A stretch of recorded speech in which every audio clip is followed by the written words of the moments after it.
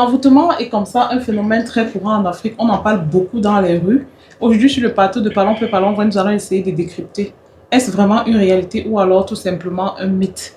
En compagnie du pasteur Nguémen et de Madame Ambassa, nous allons revenir sur ce phénomène-là qui détruit sérieusement les familles et les vies. Madame Ambassa, on parle d'envoûtement. Selon vous, est-ce que c'est réel ou alors c'est un mythe? Parce qu'on entend beaucoup parler à toutes les occasions, les gens parlent beaucoup d'envoûtement. Oh, tel on l'a envoûté, tel on l'a envoûté. Mais c'est quoi exactement l'envoûtement selon vous? Pensez-vous que ça existe réellement en Afrique ici? Ça existe. Ça existe pas seulement au Cameroun, en Afrique généralement. Ça existe et c'est une forme de pression qu'on exerce sur l'autre, des forces spirituelles.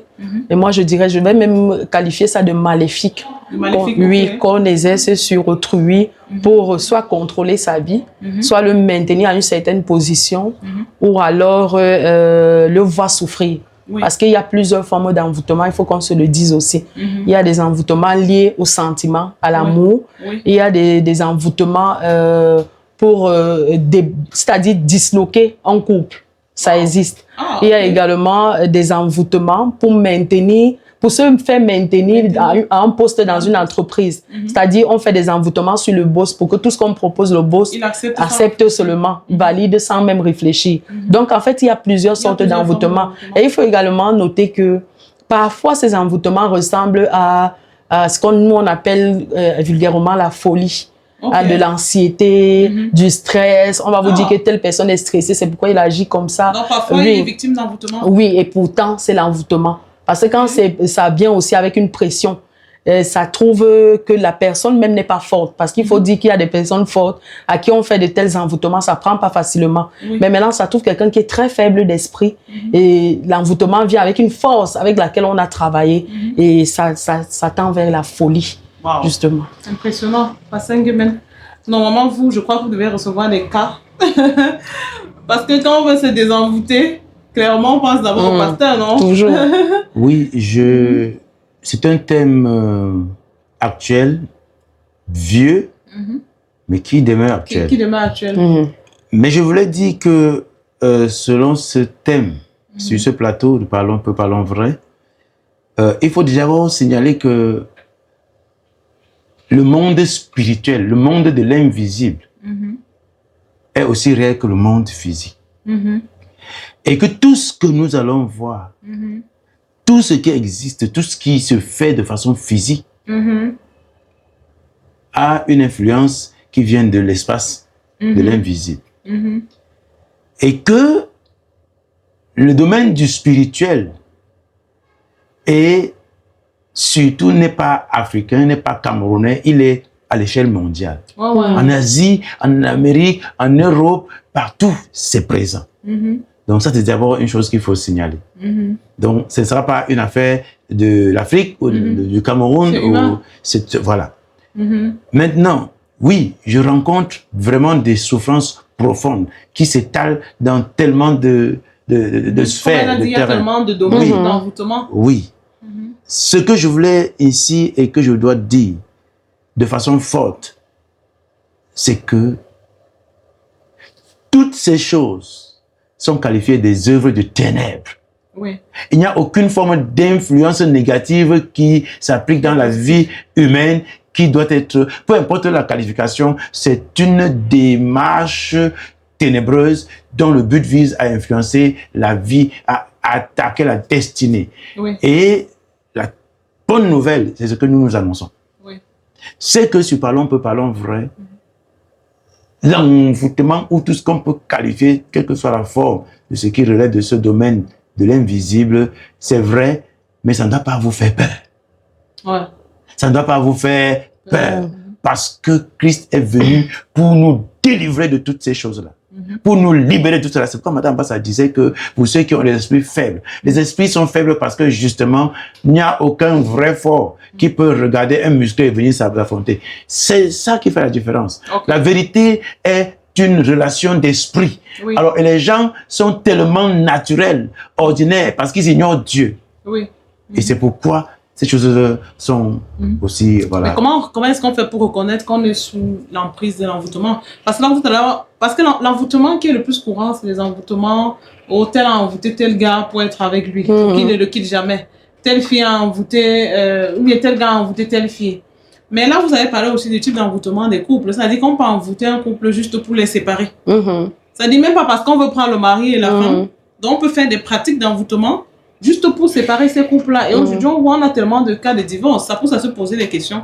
Est-ce qu'il n'y a pas des séparations qui seraient peut-être... Je vous ai déjà dit ici tout de suite que tout ce qui se passe sur la terre a une incidence spirituelle dans le domaine de l'invisible. Oui. Maintenant, si vous ne participez pas à ces choses-là parce que votre esprit est étouffé, écrasé, mais vous n'allez que subir. Dans la Bible, dans Genèse chapitre 1, verset 26, Dieu dit, faisons l'homme à notre image et selon notre ressemblance, et qu'il domine sur tout. Oui. Maintenant, puisque nous ne connaissons pas, nous ne sommes pas prêts à aller à connaître Dieu. Nous ne nous attachons pas à Dieu. La seule chose que nous faisons, c'est que nous nous attachons au contraire. Ouais. Et vous avez dit, regardons un peu, tout ce qui se fait est le résultat d'une éducation. Oui. Et l'éducation façonne des comportements, des caractères qui nous conditionnent dans nos façons d'être. Et c'est tout ça qui fait la société. Mais si les gens avaient une culture d'intimité avec Dieu, tu n'as pas besoin de savoir qui fait quoi dans ta vie. Parce que ton esprit étant connecté à l'esprit de Dieu, fait que chacun se lève. Vous n'avez jamais entendu que quelqu'un se lève contre vous et puis tu ne sais même pas ce qui se passe. Parce que tu es simplement une personne qui prie, qui confie ta vie, ta famille, ton entreprise, ton foyer, ton mariage à Dieu. Jésus est venu pour nous débarrasser de toutes ces choses-là. Pour dire quoi? Si quelqu'un s'attache à toi, quelqu'un s'attaque à toi, ton combat va se mener. Quelqu'un s'attaque à toi, tu n'es même pas conscient de ce qui se passe, mais tu regardes, c'est quand tu vois certains événements que tu dis, hey, qu'est-ce qui se passe? En fait, c'est toi qui étais la cible. Mais il y a eu un conflit d'esprit. Chaque jour, je vous ai dit sur ce plateau à une de nos émissions que prenez votre Bible, ayez l'habitude d'acheter. Que tu sois chez toi, que tu ailles à l'église, que tu n'appartiennes même pas à une église. Comment d'abord par acheter une Bible? Dis-toi que tu as besoin de temps pour lire ta Bible chaque jour. Et remarque comment dans ta propre vie, dans ton comportement, il y a des choses qui vont commencer à te quitter, il y a même des maladies, des choses que tu ne savais même pas. Avant d'aller même voir des pasteurs pour des situations profondes. Ce sont des vérités que les gens ne savent pas. Mais pourquoi vous voyez que les gens prennent la Bible? Ils regardent comme ça, là, et le sommeil prend. Alors qu'ils regardent... une forme d'envoûtement. Non, c'est qu'il y a une présence, c'est deux esprits qui sont contradictoires. Et vous ne pouvez pas comprendre pourquoi ça se passe, mais ceux qui sont spirituels comprennent. Parce que tu regardes un film, 2 heures, 3 heures, 4 heures, 5 heures, tu ne dors pas. Mais quand tu prends la Bible pour lire, tu vois la fatigue, le sommeil. C'est parce que lorsque tu te mets en contact avec la parole de Dieu, il y a l'esprit de Dieu qui vient se mettre en contradiction avec notre esprit qui est en toi. Nous avons lu depuis des années à l'école et tout ce que nous avons comme littérature, comme consommation, c'est tout sauf la parole de Dieu. Et donc notre esprit est rempli de tout ce qui nous prépare donc à être sous les influences qui font que nous sommes plus ou moins contrôlés. Mais l'esprit de Dieu est le seul moyen, la seule voie qui va créer donc le contact. En tout cas, ce que vous dites est très pertinent et je pense qu'une façon de se prémunir contre les envoûtements, ce serait déjà d'être vraiment rattaché à Dieu. Vraiment d'être rattaché à Dieu, d'être rattaché à l'esprit de Dieu. Mais un constat aussi que je veux faire, parce que tout à l'heure vous avez parlé des films. Un film que tu regardes, que tu tiens pendant 2 heures, 3 heures. Pardon. Tu n'es pas fatigué par rapport à quand tu décides de lire la Bible. C'est que pour revenir, en plus des formes d'envoûtement dont Madame Ambassa a parlé, il y a même des moyens qu'on utilise pour envoûter les gens. Aujourd'hui, clairement, les écrans sont carrément, il faut qu'on comprenne, c'est une forme d'envoûtement. C'est une forme d'envoûtement. Aujourd'hui, ce qu'on regarde, par exemple, sur les réseaux sociaux, on est en train de se faire envoûter, parfois de façon inconsciente. Parce que tu vas regarder 10 crimes qu'on a commis, 9 crimes qu'on a commis, finalement, tu commets toi-même le 10e, sans comprendre à quel moment tu es devenu criminel. Exactement. Parce que c'est ça. Autant on fait des choses pour sensibiliser, le réveil de la sensibilisation, c'est qu'on nourrit. À force de voir ça, ça devient tellement normal pour ton esprit que, à ton tour, passer à l'acte, tu n'es même plus conscient du danger que ça représente. Et je pense que c'est aussi pour ça qu'on demande parfois de protéger les enfants des écrans avant un certain âge. Parce qu'on va voir des enfants aujourd'hui qui sont carrément domptés par les écrans, qui sont carrément totalement dépendants. C'est-à-dire que tu t'étonnes qu'un enfant de 10 ans, 12 ans, 13 ans en Europe, on a carrément des cliniques qu'on a ouvertes pour accueillir ce genre d'enfants. Il y a des pavillons, il y a que des enfants qui sont dépendants des écrans. C'est-à-dire ils ne peuvent plus vivre sans ça, ils passent la nuit à regarder. Donc ça va à un niveau, ils ont besoin de thérapie. Et moi, j'appelle ça carrément de l'envoûtement. Ça veut dire qu'il y a des envoûtements cachés derrière. Oui, c'est utile. Oh, il faut que les enfants soient modernes, qu'ils comprennent la modernité. Mais très bien. Après, ça crée une certaine dépendance. Moi, je pense que tout ce qui commence à créer la dépendance, on peut soupçonner l'envoûtement derrière. Alors, je vais prendre le cas de ce qui, à un moment donné, était déjà... c'est-à-dire, on observait ça de plus en plus dans la société. Des personnes qui se dénudaient en route. Oui. C'est-à-dire, vous voyez un monsieur ou une dame garer son véhicule, sortir, enlever les vêtements, courir de part et d'autre, et après venir entrer dans le véhicule et démarrer. C'est-à-dire, certaines personnes prennent ça pour du spectacle. On rit. On appelle les autres de venir regarder. Au fur et à mesure que vous regardez, vous ne connaissez pas la connexion qu'il y a entre ce qu'il est en train de faire et vous. Oui, parce qu'ils ne sont pas fous de choisir les lieux publics, les lieux, voilà, où on a beaucoup de personnes et ça suscite ce que ça va susciter dans le monde des ténèbres. Maintenant, pour ceux qui sont en train de regarder, le contact, la vue et avec l'image qui est en face et la nudité. Vous présentez sa nudité comme ça volontairement. C'est fini, vous êtes carrément envoûté sans savoir et vous ne savez pas ce qu'on tire de vous. Donc c'est pourquoi moi j'ai pour habitude quand je marche, si je vois ce type de personnes, je détourne mon regard directement et je prie dans mon cœur en disant Seigneur, ce que je ne connais pas ne m'affectera pas. Que ce qui est en train de se passer là-bas ne m'atteigne pas. Oui, je me détache et je brise tout lien de ce qui est en train de se passer et moi. Parce que mes yeux ont vu par erreur. Mais il y a des gens qui prennent plaisir à regarder sans savoir qu'ils sont en train d'être sous l'emprise de ce que la personne recherche réellement. Donc, vraiment, il faut faire attention. Les envoûtements, ça existe. J'ai vu des personnes qui disaient que non, ça n'existe pas. Oh, c'est des gens qui imaginent. Voilà, ça, c'était le langage d'une fille. On va voir une dame avec un monsieur, on dit qu'elle a envoûté, alors qu'elle n'a rien faux type. C'est juste parce qu'elle se comporte bien. Ça, c'est vrai. Il y a des cas comme ça. Ça peut arriver. Que vous vous comportez bien, vous prenez bien soin de votre homme et les gens autour de vous diront que vous avez pratiqué pour le monsieur parce que le monsieur vous écoute beaucoup. Ça existe. Mais il faut également savoir qu'à côté de ça, il y a des femmes qui pratiquent pour maintenir les hommes auprès d'eux. Il y a des femmes qui le font. Et il y a même qui jettent leur dévolu sur des hommes mariés. Surtout. Oui. C'est-à-dire, elle voit l'homme marié, il est bien dans sa famille, avec sa femme, ses enfants, ils sont bien. Et c'est sur l'homme-là qu'elle décide. Parfois, le monsieur n'est même pas venu lui faire les avances. Parfois, ça existe. Elle regarde, elle dit, juste parce que la femme vit bien. C'est-à-dire, elle voit l'harmonie, la façon dont le couple vit. Elle dit, mais ça peut être un bon mari. Il me faut ce type. Elle va aller mettre les mains dans n'importe quel endroit juste parce qu'elle veut s'accaparer de ce monsieur. Et voilà comment elle lance ses pratiques sur le monsieur. Le couple commence à avoir les problèmes. Le couple qui autrefois ne connaissait pas les disputes. On n'entendait pas de voix, des cris, des éclats de voix dans cette maison. On commence à entendre des éclats de voix. Après, ça va sur la main. Le monsieur bat déjà sur sa femme. Et puis voilà comment... On a souvent suivi des histoires comme ça. Du jour au lendemain. Du jour au lendemain. Et puis vous entendez une femme dire, mais le monsieur, il ne m'a jamais tapé. Je ne sais pas pourquoi mon mari, sans savoir que c'est celle qui guette à côté. Parfois, c'est les voisines d'à côté qui est en train de guetter et dit que non, il me faut ce type. Voilà, et le mariage est disloqué. Elle récupère le mari. Après, vous allez justifier en disant que non, c'est parce qu'elle se comporte bien que le type est avec elle. Jamais. Il y a des femmes qui pratiquent pour récupérer les hommes entre les mains des autres femmes. Il y a des femmes qui pratiquent même, ayant déjà obtenu l'homme dans la maison, elles pratiquent pour le maintenir, pour qu'il ne regarde pas à l'extérieur, qu'il n'ait pas d'autres copines. Et ça, c'est très méchant. Si déjà le monsieur vous a aimé, pas sous la base pas sous la base des pratiques.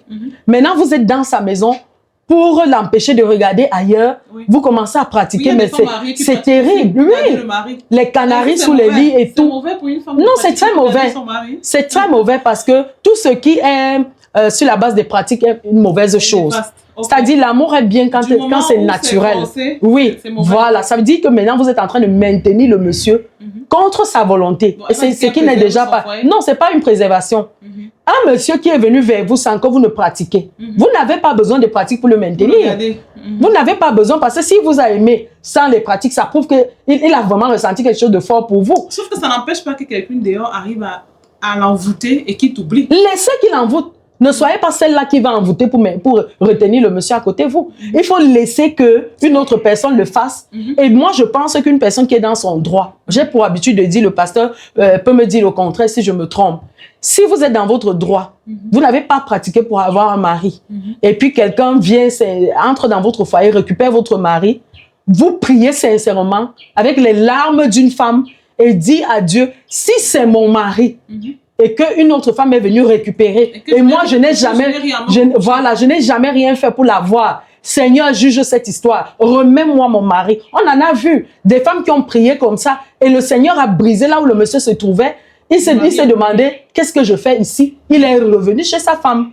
Okay. Donc, vous n'avez pas besoin t'as dit, two wrongs cannot make a right. C'est comme ça que les anglophones disent. Une personne a allé pratiquer pour prendre votre mari. Vous, maintenant, pour contrecarrer, vous allez aussi pratiquer. Voilà deux pratiques qui se confrontent. Et au milieu, voilà le monsieur qui souffre. Oui. Vous comprenez un peu. Alors, la meilleure façon de contrecarrer les pratiques serait de vous tourner vers Dieu. Il faut prier. Il faut crier à Dieu si vous n'avez rien à vous reprocher. À condition qu'on ait rien à se reprocher. Parce que ça. Des femmes qui sont allées pratiquer sur le mari de quelqu'un, elle a réussi à le gagner. Mais quelqu'un d'autre aussi est venu encore pratiquer sur lui et elle ne supporte pas. Oui, oui. Parce que c'est ça, en fait, c'est les hommes qui sont toujours au milieu. Au milieu. On a l'impression que c'est les femmes qui sont à l'affût de ces pratiques-là. Vous allez vous rendre compte que tout ce qui se dit là, c'est pas... il n'y a pas 10 Satan. Il y a un seul diable avec beaucoup d'argent qui opère et qui n'opère pas loin. Dieu est esprit, Satan aussi est un esprit. À un moment, j'ai cru que vous vouliez dire que c'est la femme qui est le Satan. Parce que les gens ont tendance à dire que c'est la femme qui est le Satan. Quand elle est plus l'agent du diable, en fait. Pourquoi le diable aime tant utiliser la femme? Voyez, dans le livre d'Éphésiens, chapitre 6, la Bible dit que prenez par-dessus tout le bouclier de la foi, avec lequel vous allez éteindre tous les traits enflammés du malin. Tous les traits enflammés du malin. Quel est le trait qui est actif dans votre vie, dans votre foyer, dans votre service? Le vrai problème ici, on parle d'envoûtement, on parle de ci et de ça. Écoutez, moi je suis pasteur et je ne fais pas la publicité de Satan. Mais je dis que lorsque la lumière vient, les ténèbres disparaissent. Ce n'est pas une négociation. Les gens parlent de tout ça. Les gens sont sur tout ça là parce qu'en réalité, ils ont ignoré Dieu et ils ne veulent même pas Dieu. Seulement quand ils sont en difficulté, ils veulent la main de Dieu pour continuer à faire leur vie comme ils veulent. Voilà le vrai problème d'aujourd'hui. Mais il est écrit que si tu crois, l'esprit que nous avons reçu de Dieu, ce n'est pas un esprit de timidité, ce n'est pas un esprit de peur. Satan a été déjà complètement neutralisé. Mais comment il continue à agir et il cherche qui? Il ne peut pas toucher tout le monde. Mais il cherche qui? Toucher. Maintenant, c'est à vous d'être son mauvais client. C'est à vous de dire, je ne suis pas ton client. Et pour cela, tu as besoin juste de Jésus-Christ. C'est tout ce qu'il y a à faire. Parce que vous ne pouvez pas empêcher Satan de se déployer. Oui, Satan, il a ses agents qui travaillent pour lui. Les agents là ne sont pas des gens qui sifflent. C'est pourquoi le plus important, c'est de s'assurer que tu es dans la lumière et que tu demeures dans la lumière. L'espace de lumière, c'est lorsque tu es dans la sécurité spirituelle. La position, comme dans le livre de Somme, Somme 91, verset 5, celui qui demeure sous l'abri du très haut repose à l'ombre. C'est-à-dire que tu n'as pas besoin de savoir s'il est en train de faire quoi. Tu es dans un repos tranquille parce qu'il ne peut pas te toucher.